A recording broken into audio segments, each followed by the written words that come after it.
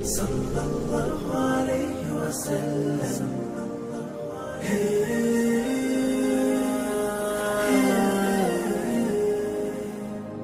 العزت نے شریعت کے اندر صرف عبادات کے اصول نہیں بتائے، عبادات کے مسائل نہیں بتائے، زندگی کے ہر شعبے کے متعلق قوانین، اصول، ضوابط ان سب کو بتائے، بلکہ دنیا کے اندر کوئی شعبہ بھی بغیر نظم و ضبط کے نہیں چلتا، چاہے وہ کوئی تعلیمی ادارہ ہو، چاہے وہ کوئی ہاسپٹل ہو، کچھ بھی، ہر جگہ نظم و ضبط، ڈسپلن چاہیے، رولس اینڈ ریگولیشنس کو فالو کرنا پڑتا ہے. تو اللہ کے گھر کے اندر ہم بھی جب اللہ کی بات سنیں، بات میری نہیں ہے، اللہ عظیم، اللہ کا نام عظیم، اس کے نام کو، اس کی بات کو، اس کے حبیب صلی اللہ علیہ وسلم علیہ کی بات کو ہم بہت ہی عظمت کے ساتھ سنیں، احترام کے ساتھ سنیں.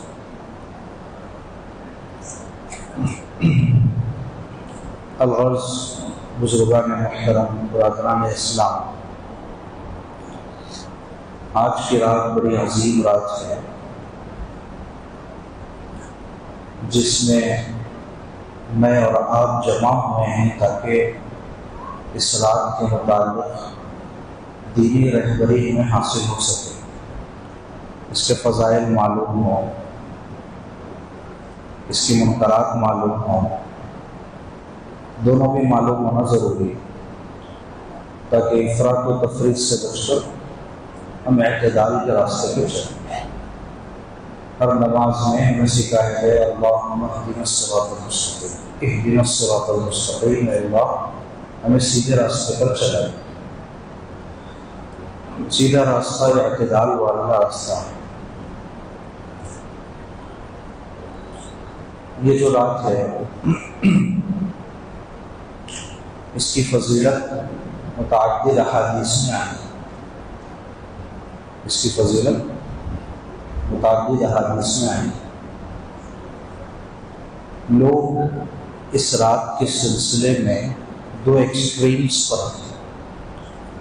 کچھ لوگ اس رات کا انکار ہی کرتے ہیں، فضیلت ہی نہیں، اور کچھ لوگ ان چیزوں کا اہتمام کرتے ہیں اس رات میں جن چیزوں کے اہتمام سے منع کیا ہے. تو میں آپ کو ان دونوں ایکسٹریمز کے متعلق بتاؤں گا کہ یہ دونوں غلط ہیں. اعتدال کا راستہ سیدھا راستہ ہے. اس رات کی فضیلت ثابت ہے، اور میں یہ بات بس سن کے کہیں ایک آدھ جگہ دیکھ کے نہیں بول رہا ہوں، باضابطہ ریسرچ کے بعد بول رہا ہوں، تحقیق کے بعد بول رہا ہوں.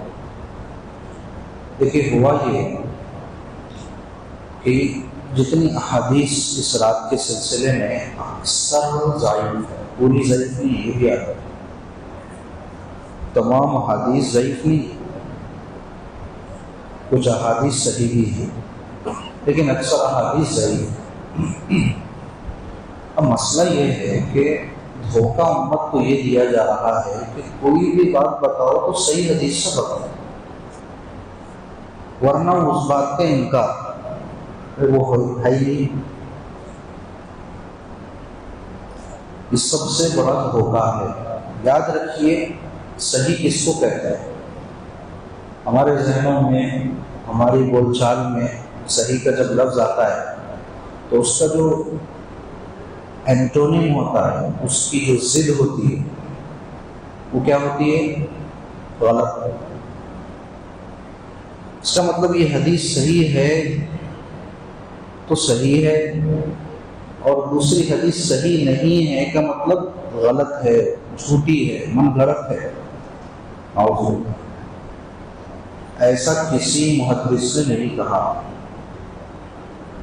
اصول حدیث کے اندر محدثین نے چند اصطلاحات قائم کی، ان اصطلاحات میں سے ایک اصطلاح صحیح کی ہے اور ایک اصطلاح حسن اور ضعیف کی ہے۔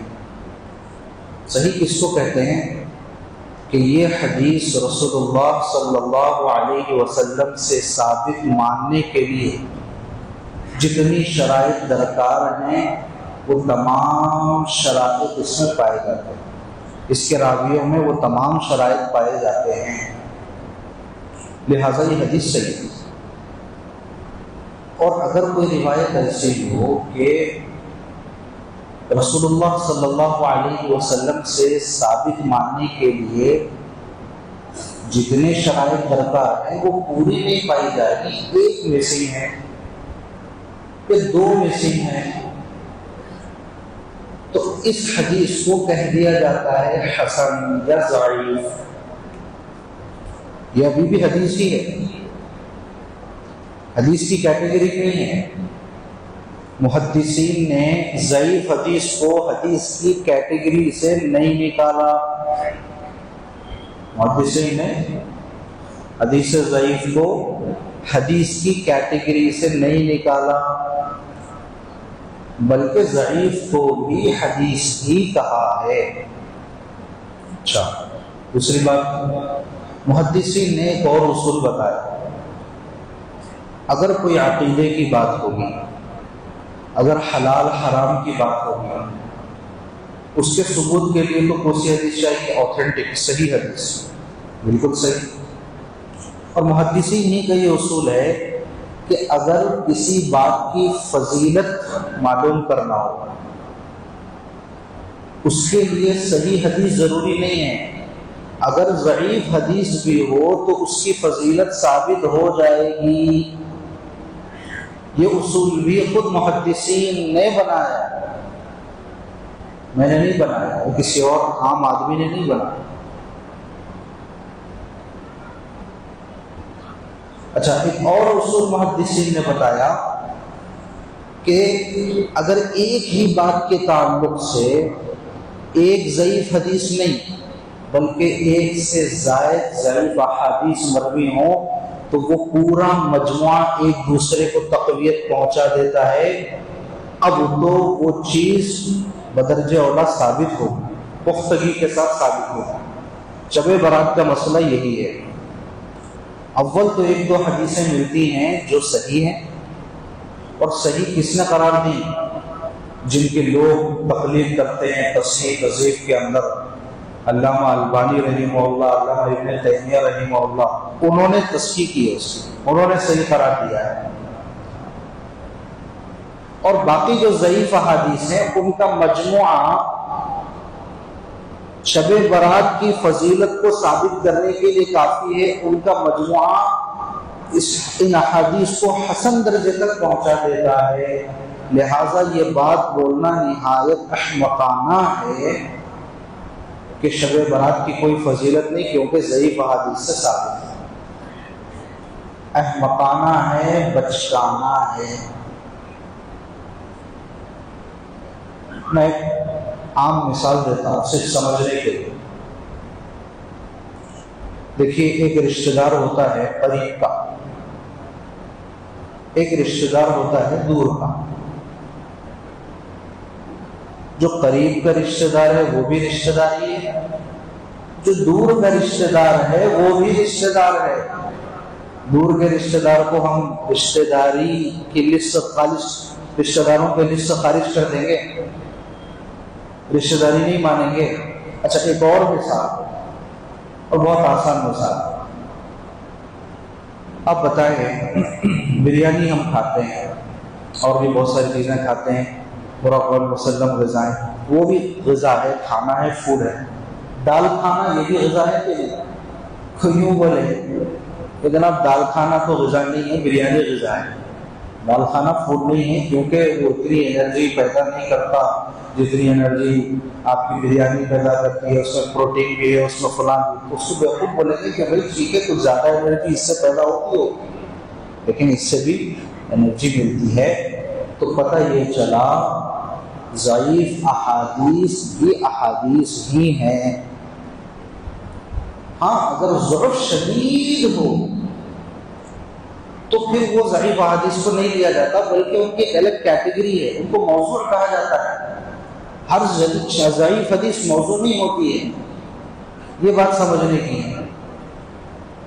بہرحال میں عرض کر رہا تھا کہ شب برات کی فضیلت متعدد احادیث سے ثابت ہے، اور علامہ البانی رحمہ اللہ، علامہ ابن تیمیہ رحمہ اللہ اور دیگر قدیم حنابلہ جتنے بھی ہیں حنبلی المسلک کے علماء، ان لوگوں نے اس کی فضیلت کو تسلیم کیا ہے۔ تابعین یہ بھی جو ہے اس کو خصوصاً عمل کیا کرتے تھے، اس رات کا اہتمام کرتے تھے۔ البتہ صحابہ کے دور میں اس رات کے اہتمام کے سلسلے میں کوئی خاص روایت نہیں ملتی۔ اس کی کیا وجہ ہے؟ اس کی وجہ ہے صحابہ کی ہر رات لیلۃ البراءت ہوتی تھی، بلکہ اس سے آگے بڑھ کر ہر رات شب قدر ہوتی تھی۔ جب مدینے کی گلیوں میں صحابہ کے مکانوں کے پاس سے تہجد کے وقت اگر کوئی گزرتا تو تلاوت کی وجہ سے آوازیں گھروں سے ایک ساتھ آتی تو یوں محسوس ہوتا جیسے چولہے پر ہانڈی رکھی ہوئی ہے، کچھ پکڑا ہے، جیسے کچھ پکتا ہے، کچھ تو آوازیں آتی ہیں نا۔ سب تہجد میں تلاوت میں مشغول ہیں۔ یہ راتیں صحابہ کرام رضی اللہ عنہم اجمعین کی ہوا کرتی تھی، اسی لیے کوئی اسی رات کے اہتمام کے سلسلے میں خاص روایت نہیں ہے۔ البتہ جب تابعین کا دور آیا، نبی کریم صلی اللہ علیہ وسلم کے زمانے سے کچھ بعد ہوا، تو پھر ظاہر بات ہے انحطاط آیا، تو پھر اس رات کا اہتمام ہونے لگا۔ باضابطہ تابعین نے حضرت عطا بن یسار رحمہ اللہ، حضرت مکحول رحمہ اللہ اور بہت سارے تابعین نے ان کا اہتمام کیا، بلکہ ان کے اہتمام کے سلسلے میں ان سے روایات بھی مروی ہیں۔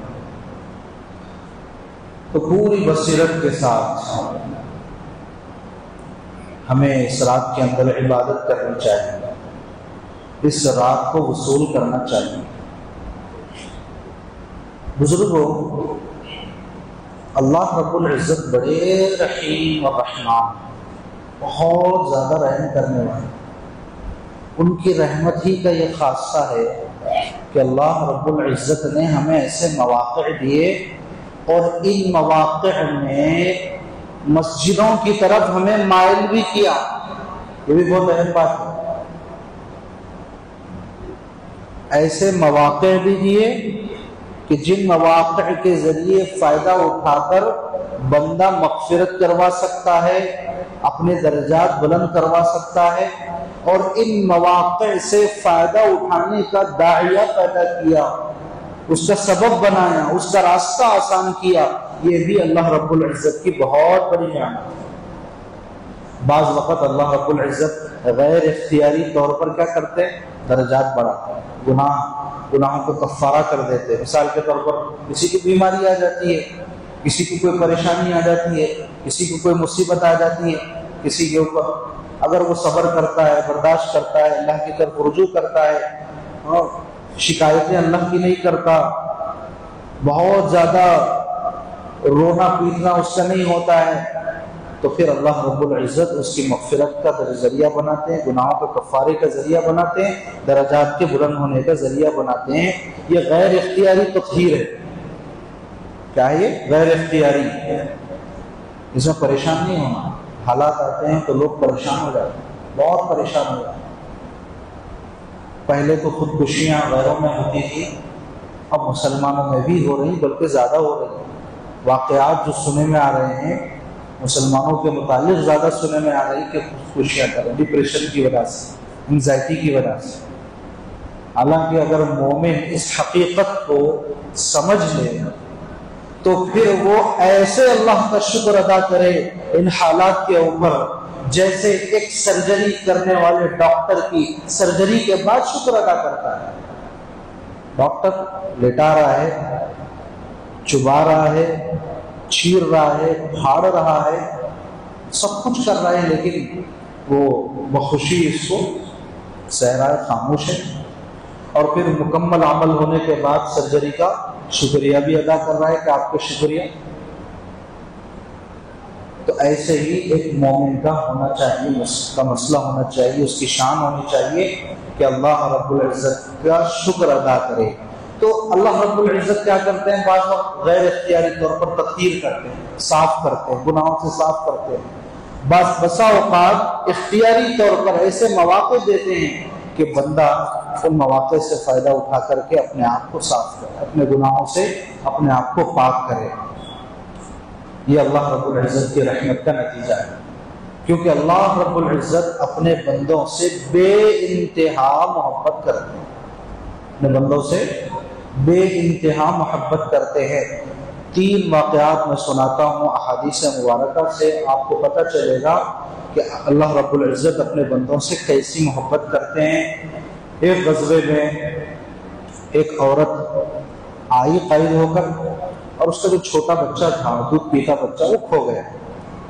اب وہ بے چین ہے، کہیں کبھی ادھر جا رہی ہے، کبھی اس کے بچے کو دیکھ رہی، کبھی اس کے بچے کو دیکھ رہی۔ بچے جب بہت چھوٹے ہوتے ہیں تو پہچان، آئیڈینٹی وہ جلدی نہیں ہوتی ہے، جب بڑے ہو جاتے ہیں تو تشخص، آئیڈینٹی قائم ہو جاتی ہے، چھوٹے ہوتے ہیں تو نہیں ہوتی ہے۔ تو کبھی وہ اس کو دیکھ رہی، کبھی اس کو دیکھ رہی، بڑی پریشان ہے۔ نبی کریم صلی اللہ علیہ وسلم نے اس منظر کو دیکھا اور صحابہ رضی اللہ عنہ اجمعین سے پوچھا، صحابہ بتاؤ کیا یہ عورت اپنے بچے کو آگ میں ڈالنا پسند کرے؟ صحابہ رضی اللہ عنہ اجمعین نے عرض کیا، جواب دیا، اللہ کے رسول ہرگز نہیں۔ نبی صلی اللہ علیہ وسلم نے فرمایا، اللہ رب العزت اپنے بندوں سے اسی طرح محبت کرتے ہیں۔